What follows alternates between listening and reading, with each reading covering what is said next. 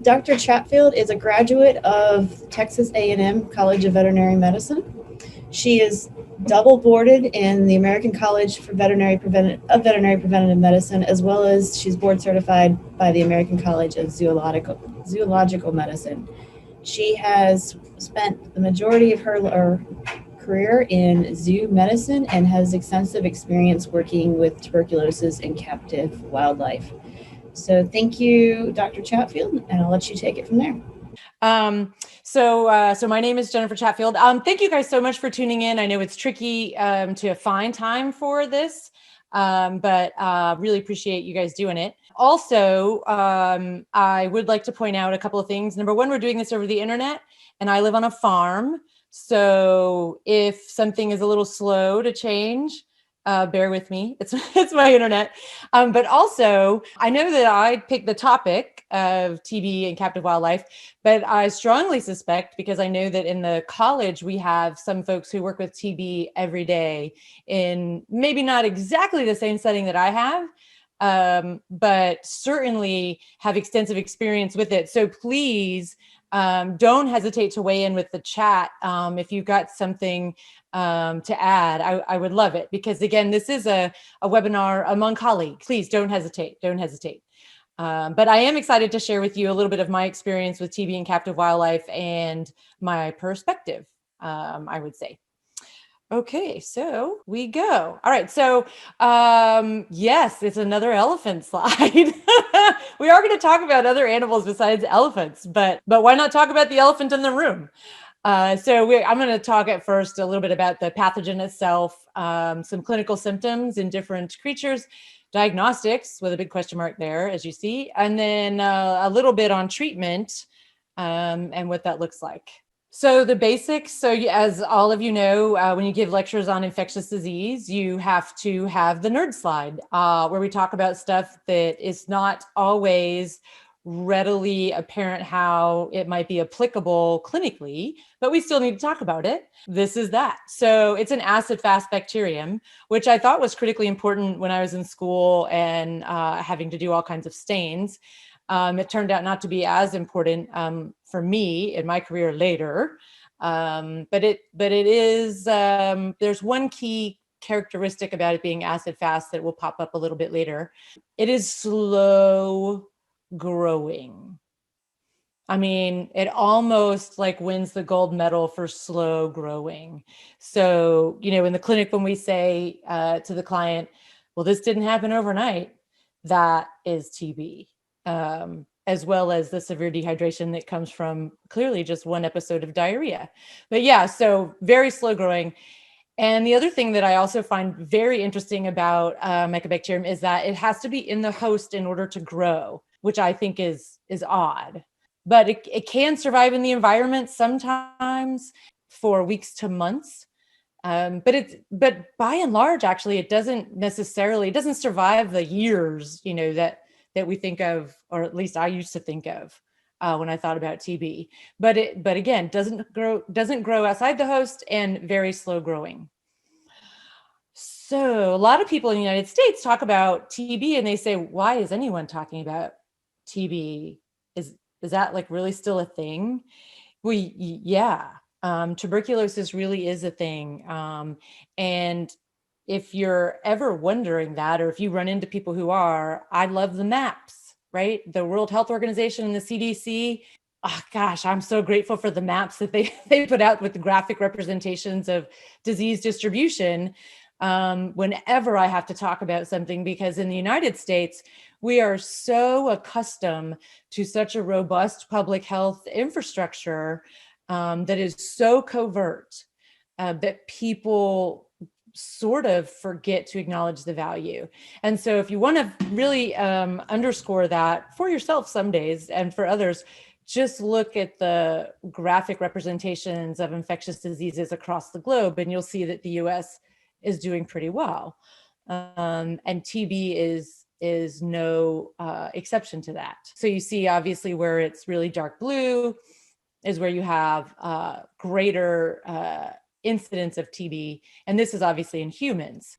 I also will point out that there's a lot of maps that would have the same sort of density for incidence for different pathogens other than TB, right? These are not unusual places in the world to have infectious disease be pretty significant.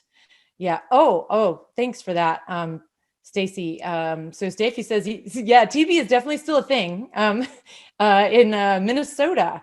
Yeah. Oh my gosh, 317 TB traces in cattle. Wow. In just the last, looks like 3-ish or 4-ish years. Yeah. So it is a thing, but I'll tell you, there's a lot of veterinarians who would say, what are you talking about TB for?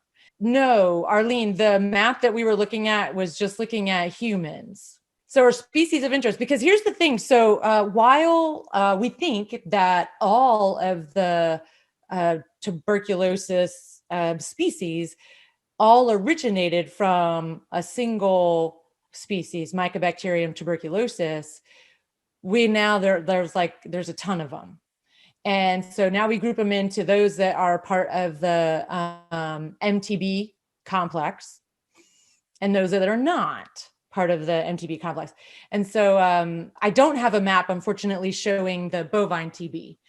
Anyhow, so we're looking at the species of interest here, and I have these a little bit divided because the ones that you see above, the M. tuberculosis and M. africanum, are considered to be kind of maintained in people, and then the ones below that little gap are accepted to be kind of maintained in different species. The key thing there is, I said, maintained. It doesn't mean that you cannot find disease or infection produced by any of those species in other creatures. So just because I find tuberculosis in a person, for instance, doesn't mean that it couldn't be M. pinnipedii. It's not like that one only is capable of infecting pinnipeds. And in fact, I think Capre, and I'm not sure how everyone says this, but here in the South, I'm going to say that Origus are only recently divided. They only recently split off. And then we have those two weird ones at the bottom that I feel like we have to mention because they cause disease in people, but strangely, they seem to only show up in very narrow populations. So tuberculosis is interesting to me, at least because of this fact as well. Okay, so here's our non-MTB complex species.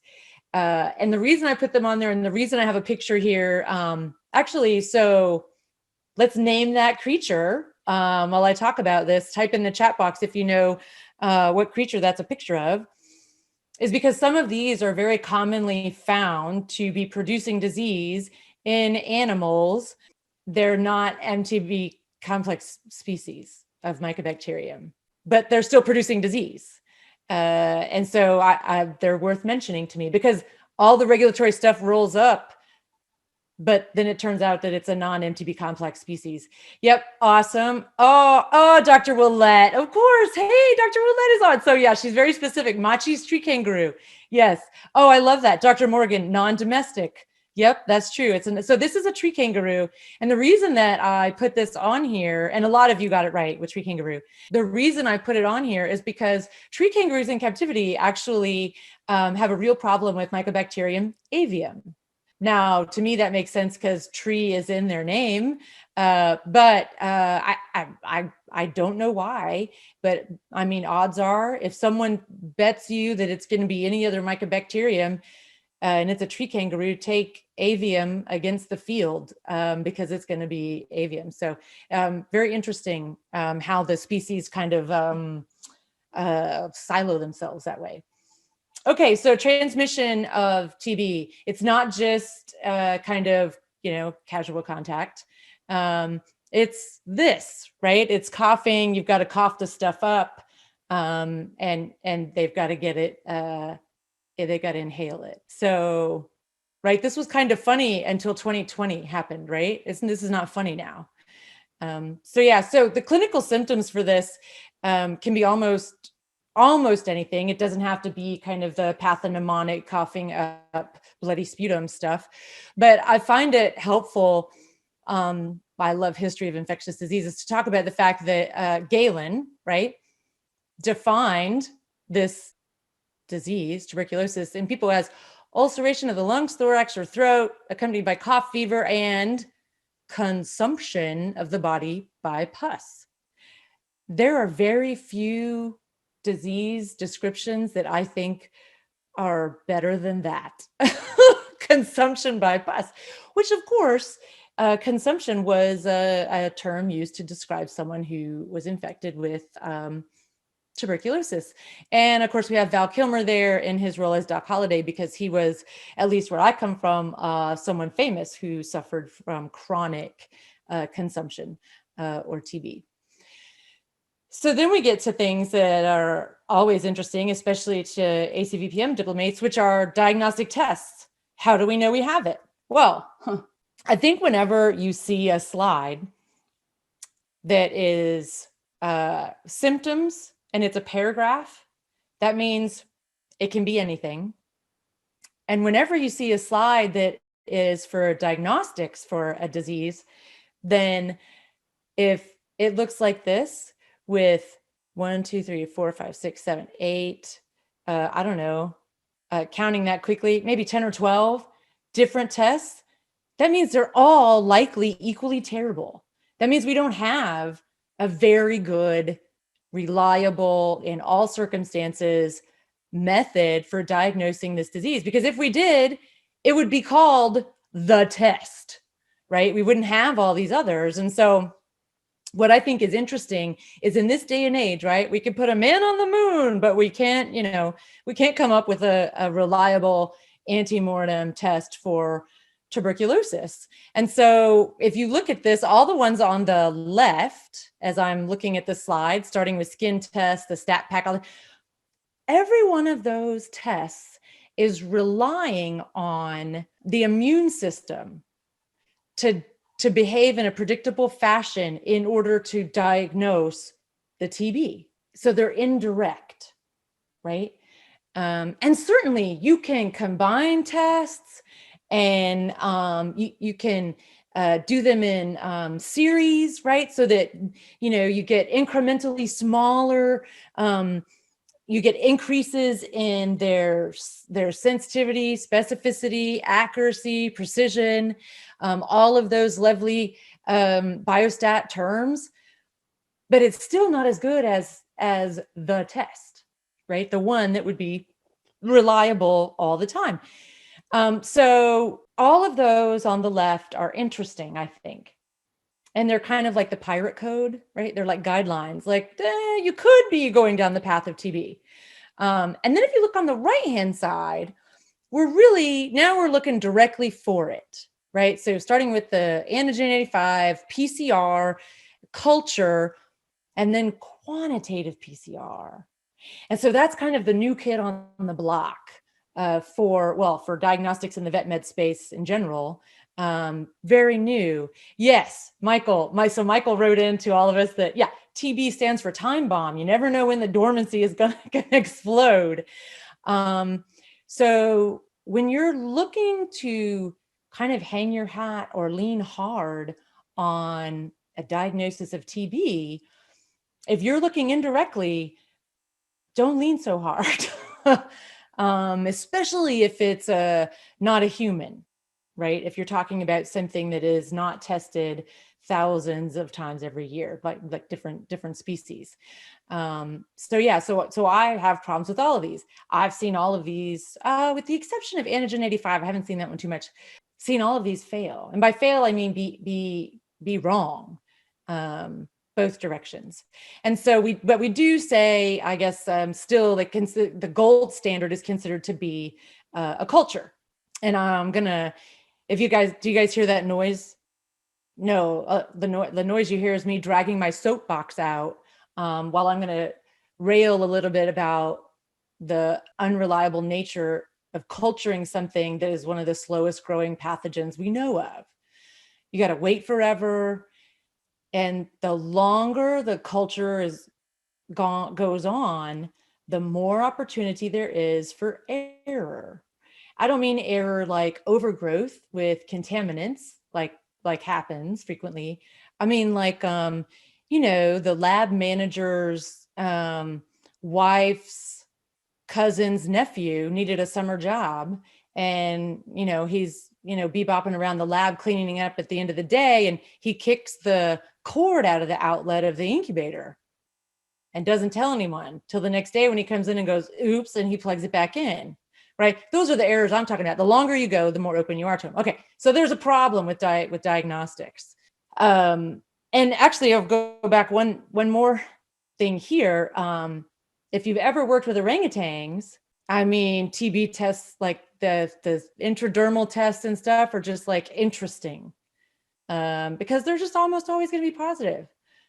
So there's a lot of quirks with it. All right, but if we're able to come about a diagnosis that we think is reliable enough, and we're confident enough that we're going to treat it. I mean, and then there's some problems with treatment, right? So we got the first line treatment. Again, when we say first line, and then there's a second line, and then there's a third line, then you know that treatment also is tricky. And they just recently, in 2021, I think it was just actually in January this month, or maybe the month before. And some of you, if you're on here and you know and can correct me with that timeline, I mean, very, very recently, redefined some of the definitions of drug resistance among TB infections. And so anyhow, so we get to the first line treatment. If it's drug sensitive, then you try the cocktail. You try the cocktail. And that means all of these are effective against it, right? So you try these. Look how old these drugs are, folks, right? That's when they were discovered to be effective, right? 1952, 1966. This is a long time, a long time. There's a lot of folks that wouldn't even consider antibiotics for bacterial infections that are this old. I know, because they laugh when I start with amoxicillin. So then we get to multidrug resistant TB, and these are our second line choices. And so where you see those X's, those two first line, isoniazid and rifampin, if it's resistant to one of those, then we call it drug resistant. If it's resistant to more than one of the first lines, then we have multi-drug resistant. And then we get all these other choices, okay? And here's where they started to change the definition a little bit here, because you see some kind of what I call like regular characters, because they've got the fluorinated quinolones on there. I mean, we use those every day in regular practice. The aminoglycosides are on there as well. So you start to get into stuff that I wouldn't ordinarily think would be used for something that I think is as severe as tuberculosis. And then we have the crazy, extensively drug-resistant tuberculosis. So I'm old enough to remember when there was tuberculosis and multi-drug resistant tuberculosis, before we had like that upper echelon of extensively drug resistant. So that means it's going to be resistant to the first lines, one or two, and the fluorinated quinolone, and one of the injectable second lines. So you start to kind of run out of choices here. Because as you can see from the list of pharmaceuticals, these are not all super fun drugs to be on all at the same time. The system can have some trouble. All right. So the best thing you can do is not to get it. And then if you find it, then try to stop the spread of it. And we do that with disinfection. So obviously, again, they don't let me talk about topics that are rocket science. So you can heat it up, you can pour alcohol on it. Look at that, ultraviolet germicidal radiation. Ultraviolet light kills this. Sunshine kills a lot of stuff. That's why I try to lay in the sun a period of every day, especially in the spring and summer. But the key thing is the contact time. And as I do for all pathogens, when I'm going to look at what is going to be effective for disinfection, I go to this chart because it's wonderful, out of Iowa State. And if we look on here, remember I said you're going to need to know that this is an acid-fast bacteria, because they don't put on here TB. That would be helpful for a lot of people, but they have them listed as acid-fast bacteria, you see here. And then don't worry, we'll still be able to see the rest of the chart in a second. There we go. So you see what works against it. Chlorhex doesn't work, which I think is interesting, but bleach does, which I think is also interesting. You do have to be cognizant of what disinfectant you're going to pick. Okay, so if this thing is slow growing, it's hard to diagnose, and it can be very difficult to treat, you would think that it's new, and you would be wrong. So not only is it in the Bible, Egyptian mummies, they've found TB in, but I'll tell you that they've also found it in elephants, and there's some controversy over this, but some people have concluded that tuberculosis played a role in the extinction of the mastodon. I'm like, what? Yeah, so it's not new. It's not new. What I do think is interesting is that for a period of time in humans, it was considered to be actually a disease of wealthy people because they got the milk. They got milk. And of course, that used to be one of the major ways it was spread. But nevertheless, Galen, as the pillar of medical knowledge, recommended fresh air, milk, and sea voyages to treat it. You could also just get touched by a royal, apparently, because that would also cure almost anything that ailed you. And if it didn't, well, then you disappeared from the kingdom, I think, in order to maintain. So if you fast forward a little bit, then it was established that it is an infectious disease, not a hereditary condition. This was just in the late 1800s, people. It's not like this happened in the 1500s. Yeah, we thought it was hereditary. The Danish vets started using tuberculin to TB test cattle again in the late 1800s. That's why I have a horse and wagon here, because that was the type of transportation that was used back when we came up with tuberculin for testing. They linked it to raw milk. And then in the early 1900s, we kind of evolved into the PPD that we use today. Again, that's what we're still using. Transportation has evolved, electric cars, but tuberculin still hanging out with the horse and buggy, essentially. Early treatments I also thought were interesting. They would put people in sanatoriums. That's what this video is from the 20s, I think this was from. And they would even put healthy people there to prevent it. So preventatoriums, I think was a word. They would put healthy children there so that they would spend the summer exercising and getting fresh air to prevent tuberculosis. The best, I think, that I found was that they would collapse your lung purposefully so it could rest. Yeah, these are folks who are not sunbathing necessarily for a tan. They're sunbathing to get rid of TB. They also, in a minute here, it's going to show guys holding a mirror in front of their open mouth in order to reflect the sunlight into their chest. I mean, there's just so many crazy things that we did to treat this disease after we discovered it was infectious. How about, just not touching gross things? I think that would be very helpful. So a lot of interesting things went on. These are guys sitting in chairs. In a minute, it'll be a close-up where you can see they're holding a mirror in front of their mouth. Look at that. That's crazy town. That was effective, right? That's what they thought was effective. And then public health sort of appeared and stood up and started saying, okay, for tuberculosis and other things of the time, let's start taking more of a population health look at this. This was a mobile TB testing clinic where you would come in to test the capacity of your lungs to see if you had TB. Oh, wow. Danielle says that there was a sanatorium for TB inside Mammoth Cave. Yeah, obviously that didn't work. That would be interesting. Okay, so that is kind of like a Reader's Digest version of tuberculosis, right? The disease and kind of what I call like the highest profile species, the humans. And so now we're going to talk about TB in captive wildlife. Again, I have an elephant picture. I know I'm a little biased. So yeah, TB is a thing in birds. Most commonly, it's a GI issue for birds. They eat it. Direct contact with infected birds. They eat contaminated food or water.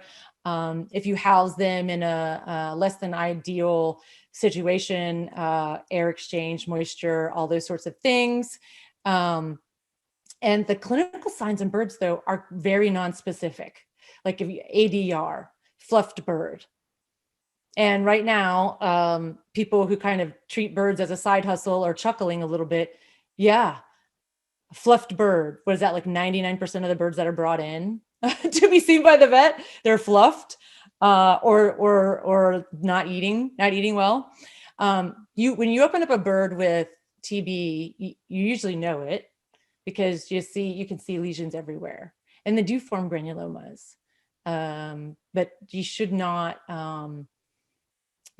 necessarily just be looking in the respiratory tract or the GI tract. It's just everywhere. You can find it in bones. It's just everywhere in a bird. Okay, in hoofstock. Now, this is one where some folks who work in regulatory diseases are probably sitting up a little bit to hear about this. So yeah, okay, usually it's going to be M. bovis. That doesn't mean it can't be other species, but usually it's going to be M. bovis.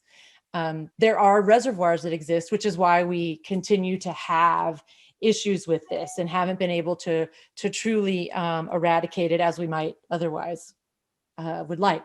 So specifically, there's white-tailed deer in Michigan that have TB and continue to be a bit of an intermittent source for tuberculosis outbreaks in cattle in Michigan.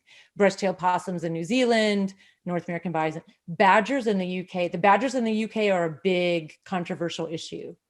It's the only real situation that I know about where it is legit that culling, when they did a big cull of the badgers, I think now they've determined that the data is a bit equivocal, but initially in the early 2000s, the data said that, hey, guess what? If you go around and cull all the badgers in order to prevent TB outbreaks in the cattle, you actually enhance the possibility for TB outbreaks in the cattle because of the behavior with the badgers, because of how they move further, they take over dens of the others, et cetera. Wild boar in Europe are a reservoir. And then of course in Africa, a little bit of all bets are off. But this is why in the United States, especially for protection of our commercial herds, testing is required for movement. But again, remember the slide where I had like a ton of tests? Testing is problematic. And now if you're talking about what I call fancy cattle, antelope, and if you include cervidae, if you're going to test every one of those animals before you move them, then you're going to have a loss most of the time. It is very problematic to just say, are we going to do it? So we do have that's a great question, Megan, about what about wild boar in the US? To my knowledge, wild boar feral hogs are not as a reservoir for tuberculosis or particularly M. bovis in the United States. Now, if someone knows different, please feel free to write in the chat, because I know we have people on here who work in those programs. And then, Walt, hey, Dr. Cook, says some years ago that M. bovis was a problem in some rodeo cattle, Corriente rodeo cattle in the US. Is that still the case? Not that I'm aware of. I think that probably had to do with where they originated, but not that I'm aware of. Yes, Jane Marie, yes, the feral hogs, while not necessarily a great source for tuberculosis outbreaks, an incredible source for B. suis. Yes. So do we have to worry? What's the direction it's moving? That sort of thing. So thank you, Michael. Michael says that TB is no longer in the rodeo cattle in the United States. So that was taken care of. And the thing with the domestic species like cattle, I don't think it would be, I'm not saying it wouldn't be difficult, but I think it's a much more reasonable and finite goal to say that you're going to eradicate or otherwise significantly control a disease like tuberculosis, because you can have regulatory testing in a routine fashion. So I don't think that's unreasonable. But when you have something like antelope or deer, they don't run through a chute and get squeezed very, very well. So that's not like a healthy situation for them. So that's tricky. Okay, so here, let's look at this paper. So NTB at the human wildlife interface in a high TB burden country, because that's the other thing. If you don't have a lot of TB in the country that you're talking about, I mean, it stands to reason you're not going to have a high TB rate in the native wildlife in that country. So they looked at it in captive wild animals with molecular typing tools, 4 different species of antelope, monkeys, and baboons. So they had an increase in cases in these wildlife, even though they're captive, when they had an increase in the human cases. So it was a spillover from the human population into the wildlife, which is interesting. People don't like to talk about that very often. So yeah. And this day, like after 2020, I don't think anyone is surprised by that. Not just like, I know everyone that's like right now on this webinar, not surprised by that, right? But people who don't work with this by and large don't recognize the open nature of that interaction. So yeah, okay, that makes sense to me. So now if we talk about primates, so tuberculosis in non-human primates is something that is very hotly debated because of course they're similar to us. And the reason I had that little video at the bottom is because in the United States, if you see a lot of people will panic, but in other countries, they have monkeys, right? We don't have monkeys here. They have monkeys and they're out because they're supposed to be there. That's where they're from. So tuberculosis in non-human primates, if it were to become established, would be a significant and ongoing threat to human health. The disease in primates typically mimics disease in humans, not surprising.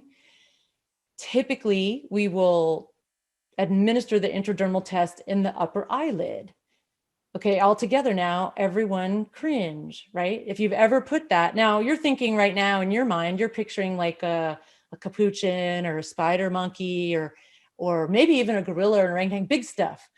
Well, I would like for you to picture a pygmy marmoset, right? And we measure their body weight in grams, right? They're like this big as an adult.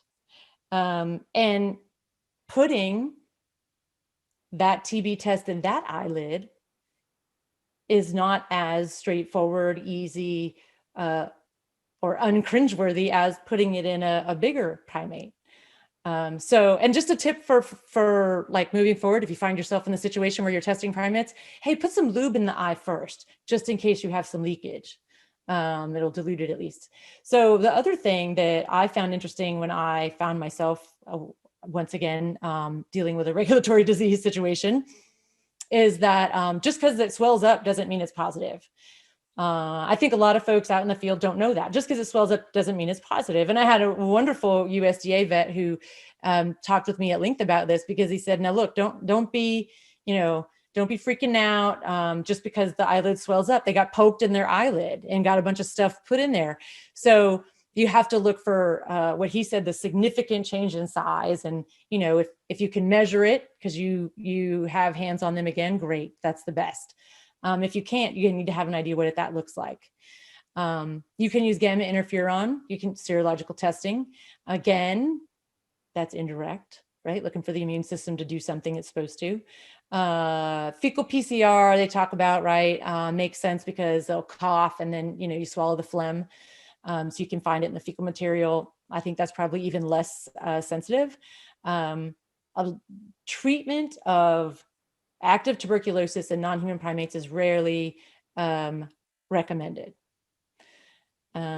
So the reason for that is, of course, I guess it depends on who you ask, but in my experience, the reason for that is because we already have resistance and we don't want to provide any additional opportunity for resistance to develop. In addition to that, that non-human primate's got to be taken care of by humans. And that allows for additional exposure options for the caretakers of that primate. So we don't want to have that.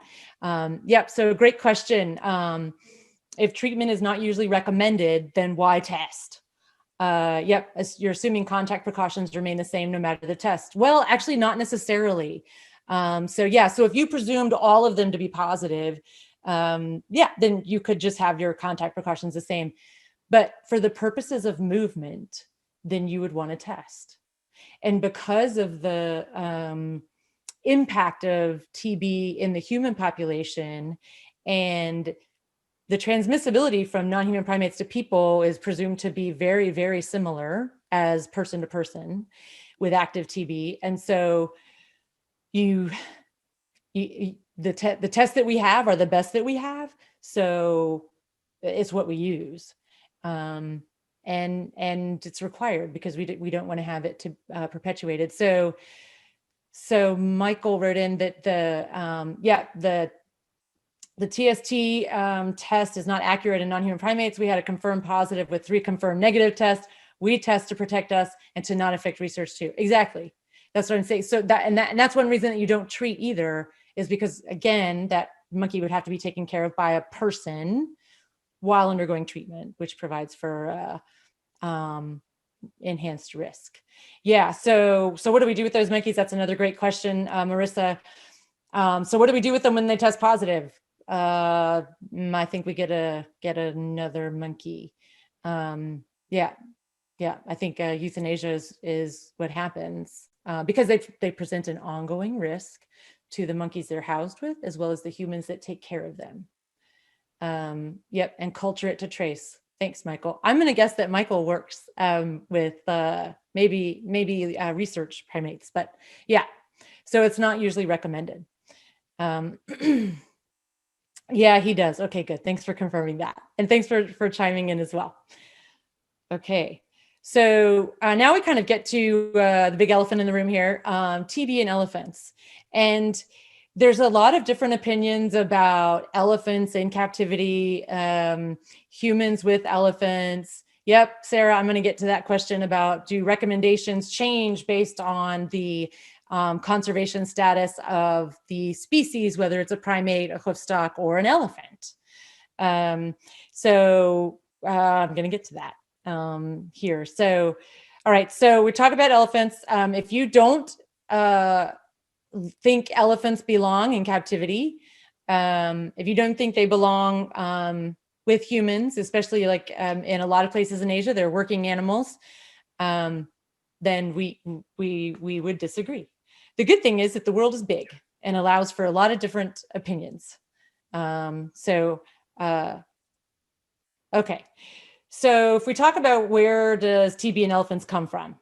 Because everyone talks about TB in elephants and everyone presumes that there's this massive risk that the elephants are going to give to us, because I can only imagine the amount of pus that would be necessary to consume the body of an elephant, right? As we talk about consumption. So this is one of my favorite papers because I really just enamored with the relationship that the mahouts have with their elephants that they raise up. They sleep on the floor in the hay next to the elephant as it grows up. And so, and these elephants, they rely on these elephants for their living. I mean, they work. Elephants can move stuff. And so they're working animals. They're like all animals in a working situation. Some are treated very well and some are not, and some are treated in the middle. So I'm not saying that there's not some bad situations, but I'm saying there are some good ones too. So they looked at 500 animals that work in the timber industry. They did serological testing. Just under 40% were positive. And then they examined the mahouts. Now, despite having almost 40% of the elephants as seropositive, but didn't have any that were the people that were positive. So we go back to the question is, do we know where it comes from? Do the elephants present this massive threat? So as I move on, I'm also going to look at some other questions here. So is it also known that non-human primates demonstrate acute form of TB, which may lead to death? Yeah, I think that it's presumed that they are active TB cases, which is why they are euthanized, because of the risk. But the other thing is, even if you say, well, they are latent, could they become active? And then what would trigger that? And then how would you know? When would you know? So I think that to mitigate risk, that's why the step is taken. And then Arlene has a question about, our workers are tested for TB regularly to prevent exposure of animals, public kept at a distance. Yeah. Okay. So now we get to the real rub here is, how are we protecting the public from transmission of this disease that clearly we established at the very beginning of this hour is a massive public health problem worldwide? What are we doing about that? Because certainly we should be looking to eliminate all those resources of infection, right? So I'm gonna share this case with you, and Dr. Willett will know this bull. So this is Macho. He was an old bull. He was a bull that I took care of and took care of in the end. So he was, I think, the oldest African bull in captivity in North America at the time of his death. But what was unique about Macho was that he had lived in the same place since the mid-70s. That is very unusual. And what's even more unusual was that he had had the same humans taking care of him for the majority of that time. That just like never happens. So that was interesting. And the ones who had taken care of him but no longer did still worked at the same facility. So they were still there. It's not like they were lost to follow-up, or as you might say. So get ready, because I'm going to show a necropsy picture. So if you don't like a necropsy picture, like, turn away from your screen. So he died in Elephant Barn. And just so that you know, this is me. And I mean, you see the size of the door there. And so in order to get him out, I had to do a necropsy. And I started, you see, there's a handful of people behind the camera. What you can't see is there's like 10 other people and a bobcat, and some chains, to help, because elephants are heavy. So you see the size of him compared to me. So one thing is that you don't know is that I got started, and I do all necropsies the same. And I got to the superficial inguinal lymph node, right? Just rolling along, trying to get everything open. And I cut it in half. I mean, it was like the size of a kidney, of anything else. And I cut it in half, and it was, yellow nacho cheese. So at that point, I said, oh, everybody out of the barn, and I'm going to need the mask. I hadn't even opened any body cavities. So cleared everybody from the barn, which meant that it was going to take me significantly longer. It ended up taking me and 2 other people, I think between 7 and 8 hours. I called a friend of mine who's a pathologist. Well, actually, I emailed him a picture of the cut lymph node, and my phone rang, and it was a Sunday. My phone rang immediately, like seconds after the email had surely been delivered. And he said, you have 2 choices, Jen. You can stop the necropsy now, and you guys can just bury the carcass, or you can continue. And I'm like, I don't think you're understanding the logistics here with the barn. I'm going to continue. So I did. And when I got to his chest, he had a granuloma the size of me in his chest. The other key thing that's interesting here about this animal is that quarterly or monthly blood samples had been collected from him for years and frozen, and trunk washes had been done quarterly. So we could go back in time and look, he'd never been positive on a trunk wash. And a trunk wash is, you put 60 mils of saline up the trunk, shake it around, and tell him to blow it into a bag. You freeze it. You do that 3 days in a row, send it out, and they culture it. Remember what I said about culture? Yeah. He had never been positive, but he had a granuloma the size of me. And lymph nodes, distant lymph nodes that were caseous. So it was tricky. Yep, Stephanie, what did I use to get into the chest of an elephant to cut the ribs? Well, I had been planning to use some electricity, right? Like a chainsaw, but I didn't. So I used, I think I used bolt cutters, maybe. It was slow going, friends. Like, I was really sad that the help had to leave. Because picking up limbs is interesting when it's an antelope, but when it's something the size of an elephant, you do want chains and a tractor.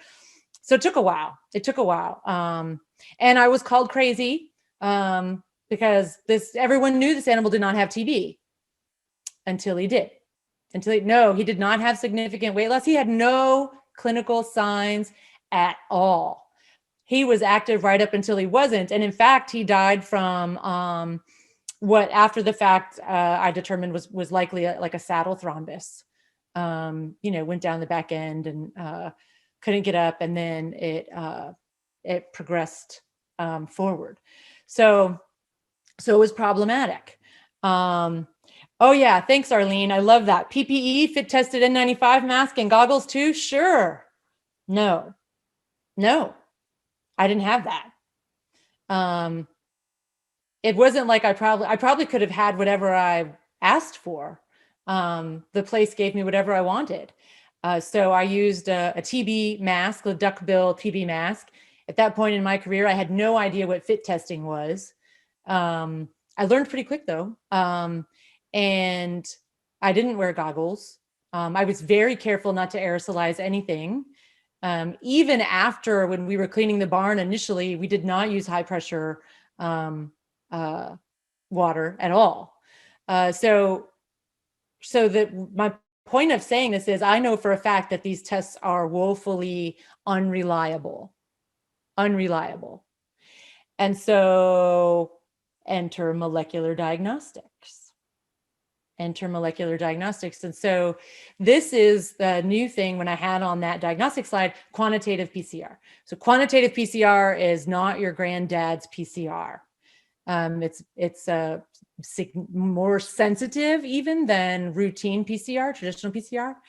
And now, of course, we're using it. It's just made entry into the vet med arena in the United States about 4 months ago, with a lab in Houston that'll do quantitative PCR panels, not only to determine the pathogen present, but also then they have a patented ABR panel to determine what antibiotic resistance is likely, not necessarily expressed, but the genetic components are present. So you pick something else in 48 hours or less.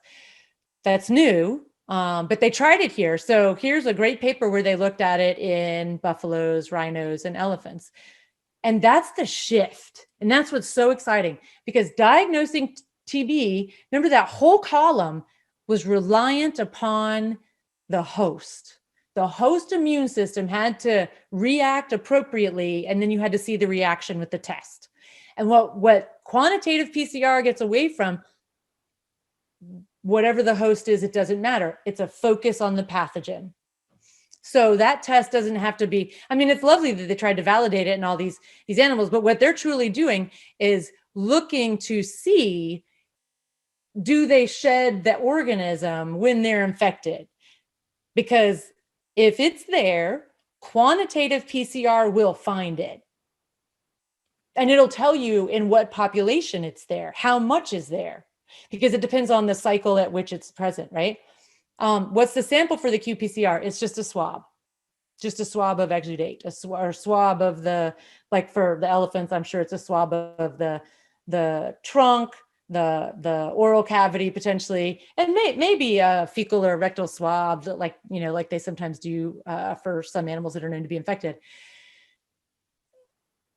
Now, like for me, like just like tomorrow, you'll be thinking about this, that I say this phrase, but to shift in paradigm from focusing on the infected species to focusing your diagnostic effort on the pathogen is, I mean, it's just, it turns the whole room around.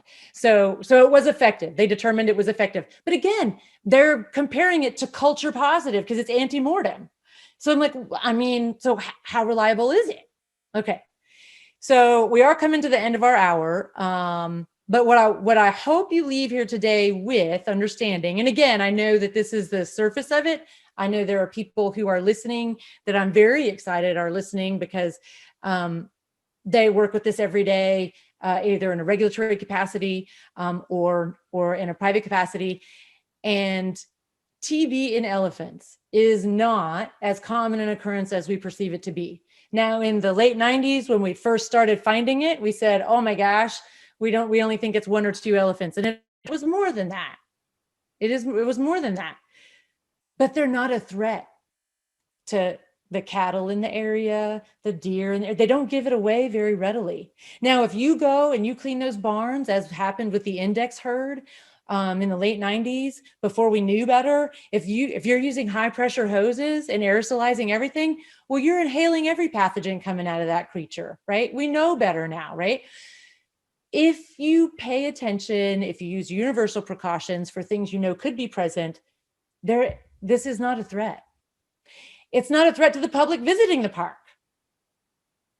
You know, I mean, unless they're licking, you know, the elephant, I guess. And even then, I'm not even sure, right? It's for only if you have close, persistent contact in an enclosed area with practices that tend to enhance transmission, like high pressure washing. Okay. It is not, TB in elephants should not be a direct threat to the keeper staff either, once you identify that the elephant has TB. They do treat elephants sometimes, but it's difficult because you got to treat for 12 months. Elephants are funny. You cannot make an elephant do something they don't want to do. I don't care who you are. You might think you made them do it, but you just got them to give in. You didn't, they chose to do it eventually. And so getting them to consistently take medication 5 days a week for 12 months, and the medication shifts. Then it goes to 3 days a week for 10. Right? So it's 2 months, I think, of 5 days a week is general, and then 10 months of 3 days a week. When the meds don't always make them feel good, that is difficult. And then how do you monitor it? I mean, what are you going to do? So is there a push to use quantitative PCR instead of, or in addition to, trunk wash for annual screening? I don't think there's a push to do any of that right now. I think people are looking for a better way to more accurately assess infection in elephants. Not necessarily because of the zoonotic concern, although that's a great way to drive funding, but also out of concern for the welfare of the elephant, Yeah. Oh, Kate Varela, can we say it's not as common as perceived if we've only been using culture as a gold standard? Aye, touche, my cynical friend. Right. Like, I mean, how common is it? Some elephants show incredible clinical signs. They become emaciated, they're lethargic, and then they fall over. Some, look at Macho, apparently had it forever. I mean, slow growing, granuloma the size of me, not a clinical sign to be found. Right? I would hope that we would be looking to have a push towards quantitative PCR, especially because of the antimicrobial resistance panel that's available, but it's only been available in the United States for about 4 months. And please email me if you want to know the name of the lab. I don't want to push a commercial situation here.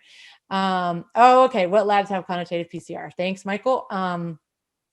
Vetronomics is the lab that has it. And the Vetra test is their patented ABR resistance panel. Yes. The drugs, Vicky, thank you for that. Yes, the drugs that are used to treat TB, whether in humans and I guess non-human primates as well, if you get to do it, and elephants, they can cause nausea. So the elephants a lot of times go off their feed.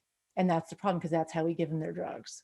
So lot of problems with treating them. So look, all you got to do is don't do stupid stuff, right?